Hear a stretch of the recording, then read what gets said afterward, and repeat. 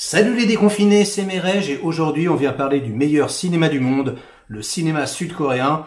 Et c'est une avant-première exclusive, mais avant de commencer, j'ai une petite question à vous poser. Que feriez-vous si sur votre lieu de travail, vous tombiez sur ça ?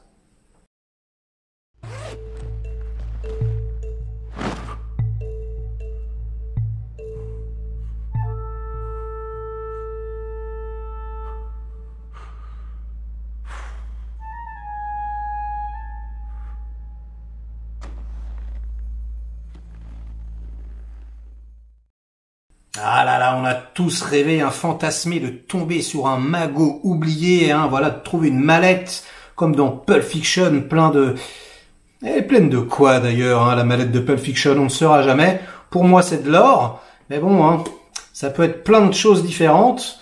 Bref, voilà, c'est une ronde du crime, ce film qui s'appelle Lucky Strike, qui sort en France le 8 juillet. Et c'est vraiment excellent, c'est adapté d'un roman japonais à succès. C'est un peu comme une pièce de théâtre, voilà le genre de film qui peut ressembler à 8 femmes, par exemple, sauf que ce serait un très bon film. Puisque 8 femmes, selon moi, est un terrible film, horrible, je déteste, je supporte pas même. C'est tout ce que j'exècre, vraiment. Désolé pour ceux qui aiment, mais j'ai vraiment un gros problème avec ce film, je me rappelle. Un chef-d'œuvre sur les affiches dans le métro.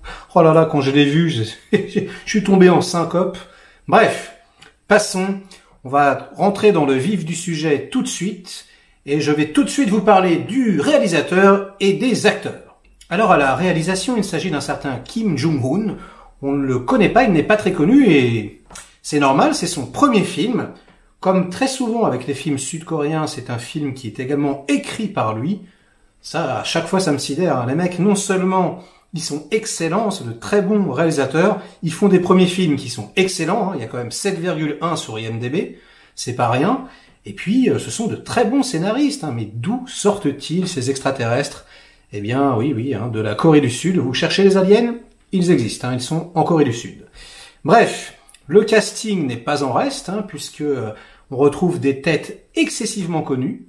Avec pour commencer Ba Sung-woo, qui jouait dans The Great Battle par exemple. Ensuite nous avons le très charismatique Jung Woo-sung qui jouait dans Le Bon, la Brute et le Cinglé. Et au niveau du casting féminin, eh bien c'est tout autant intéressant puisque nous avons l'excellente comédienne Shin Yoon-bin qui jouait dans Take Point, voilà, qui est très belle et très charismatique. Et nous avons également la sublime Ji-Hong-doo Young qui jouait le rôle principal de Housemaid. Donc voilà un casting 3 étoiles, vraiment, puis tous les autres rôles, c'est pareil. À chaque fois qu'il y en a un qui pop, on fait « Ah, je l'ai déjà vu, lui aussi », comme d'habitude, quand on suit le cinéma coréen, en même temps c'est un peu comme le cinéma français, c'est toujours un peu les mêmes têtes qui ressortent. Mais bref, ils sont tous excellents, ils sont tous très agréables. Alors le film est précédé d'une excellente réputation, il a été primé par exemple au Festival de Rotterdam. Il est magnifiquement bien shooté, comme d'habitude. La photographie est très belle. Malheureusement, je n'ai pas trouvé le chef opérateur. Il y a très peu d'informations sur Internet pour l'instant, parce que le film a été diffusé dans très peu d'endroits. Et voilà, j'ai fait ce que j'ai pu. Vraiment, j'ai cherché, mais je n'ai pas trouvé. En tout cas, sachez que la photo est très belle. La musique est magnifique. Alors vraiment, j'ai vraiment été marqué. Elle ressemble un petit peu à la fois à une musique qui s'apparenterait à du Sergio Leone, mais en même temps, il y a un petit côté comme ça avec les guitares, un petit côté espagnol que j'ai vraiment apprécié. Un gros travail sur les basses, c'est vraiment une BO qui reste en tête. Elle accompagne vraiment le film tout en subtilité. Et c'est assez rare que je percute sur une musique, mais là vraiment, je trouve qu'ils ont mis le paquet. Le film est une comédie très noire. C'est à la fois drôle, mais c'est quand même assez sombre.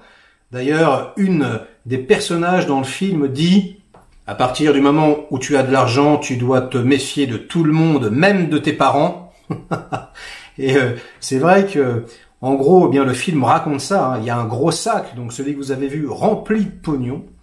Et il va passer de main en main, d'une certaine façon. Je ne vous dis pas exactement comment ça va se passer, mais c'est comme si ce sac était le principal protagoniste du film, comme si on suivait comme ça un billet de banque. Je me rappelle d'un court-métrage comme ça où on suivait un billet de banque qui passait de main en main. Et ben là, c'est un peu pareil, hein, on suit ce sac de pognon.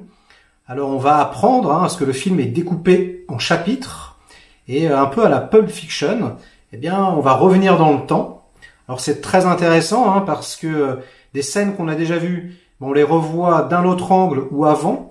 Alors on pense qu'on a tous les tenants et les aboutissants en fait d'une intrigue, et puis en fait dans le deuxième chapitre on se dit ah bah non en fait d'accord, ah oui d'accord j'ai compris. Puis dans le troisième chapitre on fait ah non mais ça casse encore. Donc il y a vraiment beaucoup de rebondissements qui sont pas des twists, hein, ou des trucs un petit peu comme ça qui joueraient trop avec le spectateur. Non, c'est vraiment très intéressant, fait de façon extrêmement subtile, et vraiment c'est un pur plaisir. Alors pourtant je ne pourrais pas dire que le film est un chef-d'œuvre parce qu'il souffre selon moi eh bien de son genre. C'est-à-dire au lieu d'assumer voilà vraiment le côté sombre, moi ce que j'adore, eh bien il va lorgner un tout petit peu plus du côté de la comédie très noire. Mais c'est même pas ça le problème. Le problème c'est que il est fun. Vous savez, hein, il y a un petit côté comme ça, genre on joue avec le spectateur, et du coup je trouve que ça perd peut-être un tout petit peu en puissance. Je pense que traité de façon plus sérieuse, plus frontale, il aurait pu être encore mieux. Mais là, vraiment, on va dire que c'est une question de sensibilité. Hein, ce sont mes goûts, parce que réellement, c'est excellent. C'est vraiment voilà une petite pépite, hein, encore une fois sortie de nulle part, hein, puisqu'on connaît même pas le réalisateur. C'est vraiment... à chaque fois, j'ai le souffle coupé. Alors ce que j'ai trouvé très intéressant, c'est que le film a 3 protagonistes principaux. Il y a 3 histoires en fait qui s'entremêlent, et à chaque fois, dans chaque histoire, il y a un protagoniste principal. Donc il y en a un, c'est un mec un petit peu prolo comme ça, qui a un travail un peu minable, qui a des dettes par-dessus la tête. Ensuite, on en a un qui est catégorie sociale un petit peu plus intéressante. Voilà, il se la raconte un petit peu plus en costard cravate. Et puis lui, il a des dettes par-dessus la tête. Et puis ensuite, on a une femme battue, hein, qui en prend plein la gueule, et son couple a des dettes par-dessus la tête.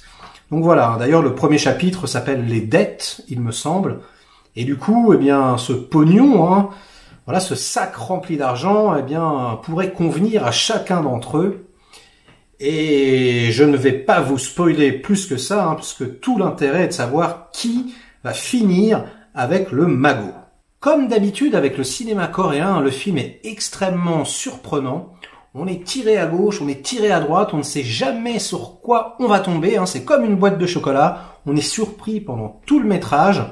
Il y a des twists parfois, waouh, on les voit vraiment pas venir, ils sont extrêmement intéressants. J'ai trouvé l'écriture extrêmement satisfaisante, le développement des personnages est vraiment très intéressant, la psychologie des personnages féminins également est vraiment aux petits oignons. Il y a beaucoup de scènes nocturnes qui sont extrêmement bien filmées. Il y a des personnages secondaires, toute une galerie de personnages secondaires qu'on retient extrêmement bien. Hein. Tout est extrêmement bien écrit, vraiment on se rappelle de tout. Et la finalité, hein, la morale, j'ai envie de dire, du film est tout à fait satisfaisante. Bref, encore une pépite, encore un film magnifiquement bien shooté, avec une musique excellente, un montage parfait, un scénario super, des acteurs sublimes. Waouh, vraiment. Je vous encourage à aller voir ce film le 8 juillet lorsqu'il sortira au cinéma. Je pense que vous ne le regretterez pas. Et si vous avez découvert le cinéma coréen avec Parasite, foncez, hein, vraiment. Vous allez voir, vous allez prendre une petite claque. Allez, je vais pas en rajouter, mais c'est pas en France qu'on verrait un film de ce calibre. Hein. En tout cas, pas souvent. En plus, ce que j'ai beaucoup apprécié, c'est que la violence n'est jamais complaisante.